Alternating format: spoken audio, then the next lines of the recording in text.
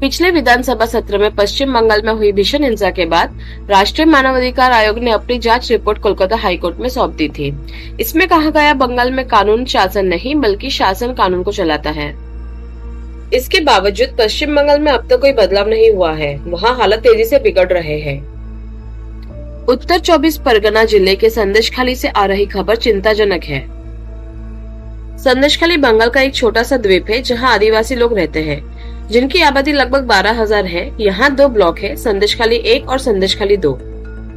स्थानीय निवासियों का आरोप है कि इन दोनों ब्लॉकों में पट्टे की आड़ में तृणमूल नेता शेख शाहजहां, उत्तम सरदार और शिबू हाजरा ने 10,000 एकड़ से अधिक कृषि भूमि पर अवैध कब्जा कर लिया है। उन्होंने किसानों की जमीन पर तालाब बनवाए हैं और उन्हें मजदूर बनने के लिए मजबूर किया है। उन्होंने बच्चों के खेल के मैदान, स्कूल और मंदिर के मैदान तक को नहीं बख्शा है। यह वही जगह है जहां 5 जनवरी को छापेमारी के दौरान प्रवर्तन निर्देशालय ईडी के अधिकारियों पर हमला हुआ था।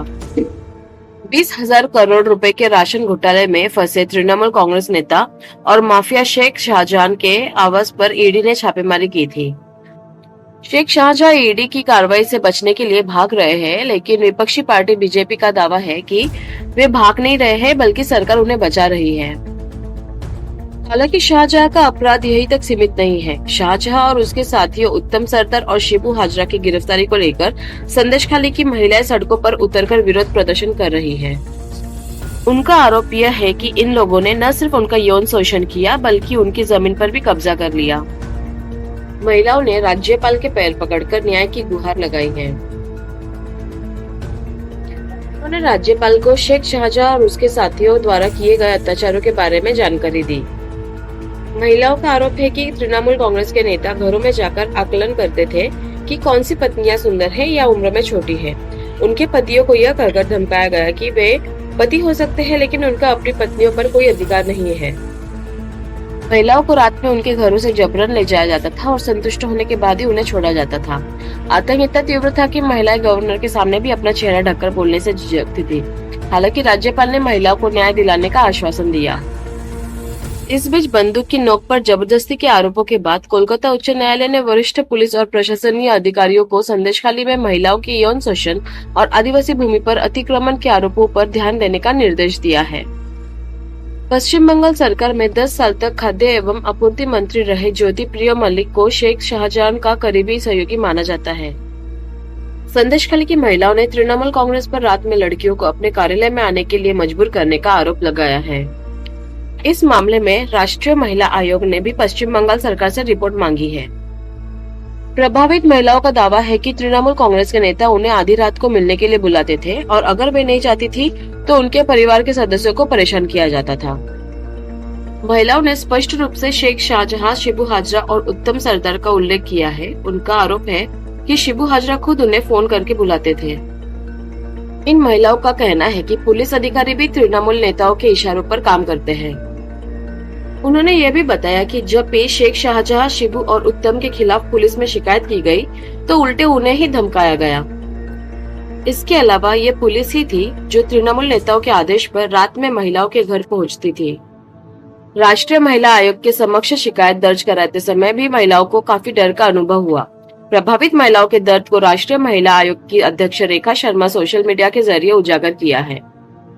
राष्ट्रीय अनुसूचित जाति आयोग ने हिंसा प्रभावित संदेशखाली की घटनाओं पर संज्ञान लेते हुए पश्चिम बंगाल के मुख्य सचिव, पुलिस महानिर्देशक, पुलिस महानिरीक्षक और उत्तर 24 परगना के जिला मजिस्ट्रेट से जानकारी मांगी है। केंद्रीय मंत्री स्मृति ईरानी ने तृणमूल नेता शेख शाहजहां और उनके समर्थकों पर संदेशखाली में महिलाओं पर अत्याचार करने और उनकी जमीन पर कब्जा करने का आरोप लगाया है। विरोध प्रदर्शन को दबाने के लिए 9 फरवरी को पुलिस ने संदेशखाली में धारा 144 लागू कर दी। उन्होंने स्थिति सामान्य होने तक क्षेत्र में इंटरनेट के उपयोग पर भी प्रतिबंध लगा दी। हालांकि इससे जुड़ी एक याचिका पर सुनवाई के बाद 13 फरवरी को कोलकाता हाईकोर्ट ने संदेशखाली में धारा 144 हटा दी थी। न्यायमूर्ति जय सेन गुप्ता ने कहा कि राज्य सरकार ने संदेशखाली में धारा 144 लागू करने के लिए पर्याप्त कारण बताने में विफल रही। फिर भी सरकार ने छूट दी कि अगर सरकार चाहे तो प्रभावित इलाके में धारा 144 लागू कर सकती है। एक दिन बाद प्रशासन ने नई अधिसूचना जारी कर संदेशखाली के 19 अलग अलग इलाके में धारा 144 लागू कर दी। संदेशखाली में शाहजहां का कानून चलता है। कभी 42 साल के मजदूर शाहजहां अब संदेशखाली के बॉस हैं। इससे पहले शाहजहां 2019 के लोकसभा चुनाव के बाद 3 बीजेपी कार्यकर्ताओं की हत्या की चर्चा के बाद सुर्खियों में आए थे। तृणमूल कांग्रेस में शामिल होने के बाद उनका कारोबार खूब फला फूला। हमेशा हथियारबंद लोगों से घिरे रहने वाले शाहजहां ने 2023 में चुनाव आयोग को दिए गए हलफनामे में बताया कि उनके पास 1.92 करोड़ रुपए की संपत्ति और 19 गाड़ियां हैं। उन्होंने 2.39 करोड़ रुपए के आभूषण और 43 एकड़ जमीन के बारे में भी जानकारी दी। शाहजहां सबसे पहले 2006 में सीपीएम पार्टी में शामिल हुए। 2011 में ममता बनर्जी की सरकार के सत्ता में आने के बाद वह तृणमूल कांग्रेस के सदस्य बन गए और जल्दी ज्योतिप्रियो मल्लिक के करीबी सहयोगी बन गए। ऐसे में बीजेपी का आरोप है कि राज्य सरकार शाहजहां को बचा रही है। सवाल यह है कि संदेशखाली की महिलाओं को कैसे न्याय मिलेगा। यह पहली बार नहीं है कि ममता बनर्जी ने महिलाओं के खिलाफ हिंसा को छोटी घटना कहकर खारिज कर दिया है। 6 फरवरी 2012 को 5 लोगों के एक समूह ने एक एंग्लो इंडियन महिला सुजेट जॉर्डन के साथ चलती कार में बलात्कार किया, जब वो कोलकाता में पार्क स्ट्रीट से घर लौट रही थी। सामने आने के तुरंत बाद टीएमसी सुप्रीमो ममता बनर्जी ने सभी आरोपियों को सभी आरोपों से बरी कर दिया। उन्होंने इस घटना को कथित तौर पर सरकार को बदनाम करने के लिए रची गई शाहजहां घटना करार दिया।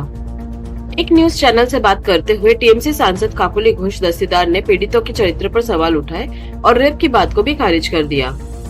उन्होंने कहा, अगर आप पार्क स्ट्रीट मामले के बारे में बात कर रहे हैं तो ये पूरी तरह से अलग मामला है।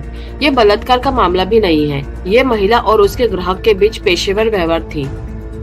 इस बीच तत्कालीन परिवहन मंत्री ने भी पीड़िता के चरित्र पर सवाल उठाते हुए शिकायत को फर्जी माना था। 2015 में 3 साल बाद कोलकाता की एक अदालत ने पार्क स्ट्रीट मामले में बलात्कार के आरोपों को बरकरार रखा और आरोपी नासिर खान, रुमान खान और सुमित बजाज को दोषी पाया। 2013 में पश्चिम बंगाल विधानसभा में राज्य में रेप के बढ़ते मामलों पर बहस के दौरान सीएम ने कहा था कि इसकी वजह राज्य की जनसंख्या में बढ़ोतरी है। उन्होंने बलात्कार के मामले में वृद्धि के लिए आधुनिकीकरण, शॉपिंग मॉल और मल्टीप्लेक्स की बढ़ती उपस्थिति को भी जिम्मेदार ठहराया था।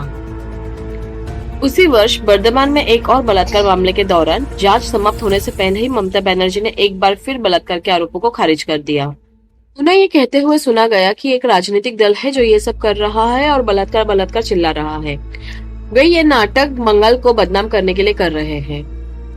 अप्रैल 2022 में ममता बनर्जी ने तब विवाद खड़ा कर दिया जब उन्होंने 14 वर्षीय लड़की के क्रूर बलात्कार और हत्या को प्रेम प्रसंग के रूप में कम करने का प्रयास किया। घटना 4 अप्रैल 2022 को पश्चिम बंगाल के नदिया जिले के हंसखाली ब्लॉक नंबर 1 के श्यामनगर इलाके में हुई थी। आरोपी की पहचान तृणमूल कांग्रेस टीएमसी के गजना ग्राम पंचायत के सदस्य समीर घोष के बेटे के रूप में हुई थी।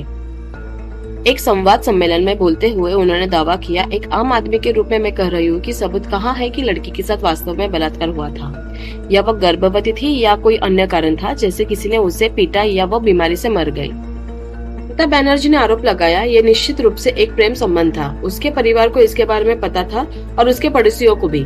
अब अगर कोई लड़की और लड़का एक दूसरे से प्यार करते हैं तो मैं उन्हें दंडित तो नहीं कर सकती। पिछले साल अप्रैल में पश्चिम बंगाल की सीएम ने यह दावा कर हलचल मचा दी थी कि कालीगंज में कथित बलात्कार और हत्या का मामला एक प्रेम प्रसंग था जो गलत था। नबन्ना में एक संवाददाता सम्मेलन को संबोधित करते हुए उन्होंने दावा किया, हमें बुरा लगता है लेकिन हमने व्हाट्सएप चैट देखी है, ये एक प्रेम प्रसंग था। उन्होंने कहा, डॉक्टरों ने कहा है कि उसने जहर खाया है, ये आत्महत्या का मामला है, पुलिस जांच कर रही है। उन्होंने यह भी कहा है कि कालीगंज की पीड़िता की मौत में कोई साजिश नहीं है। उनकी हाल ही की टिप्पणियों ने पश्चिम बंगाल में राजनीतिक विवाद को जन्म दिया है। ये आश्चर्य की बात नहीं है कि ममता बनर्जी के पास पीड़ितों को दोष देने और महिलाओं के खिलाफ हिंसा को कम करने का ट्रैक रिकॉर्ड है। ऐसे में ये स्पष्ट हो जाता है कि दीदी को सिर्फ अपना सत्ता दिखती है। उसके लिए अगर कोई गरीब आदिवासी पीड़ित महिला उत्पीड़न से उनको कुछ फर्क नहीं पड़ता। दीदी हमेशा ऐसे घटनाओं को देखते रहती है और अपराधों को संरक्षण करती रहती है ताकि उनकी सत्ता बनी रहे। चाहे बंगाल कितना ही अंधकार में चले क्यों ना जाए, उससे उनको कोई लेना देना नहीं है। दीदी खुद एक महिला होकर दूसरे महिलाओं का दर्द नहीं समझना चाहती है। एक चप्पल पहनने वाली, खुद को माँ माटी मानुष कहने वाली को आज सिर्फ सत्ता छोड़ और किसी से कोई मतलब नहीं है। ऐसे में दीदी को उनकी ऐसी सत्ता मुबारक हो।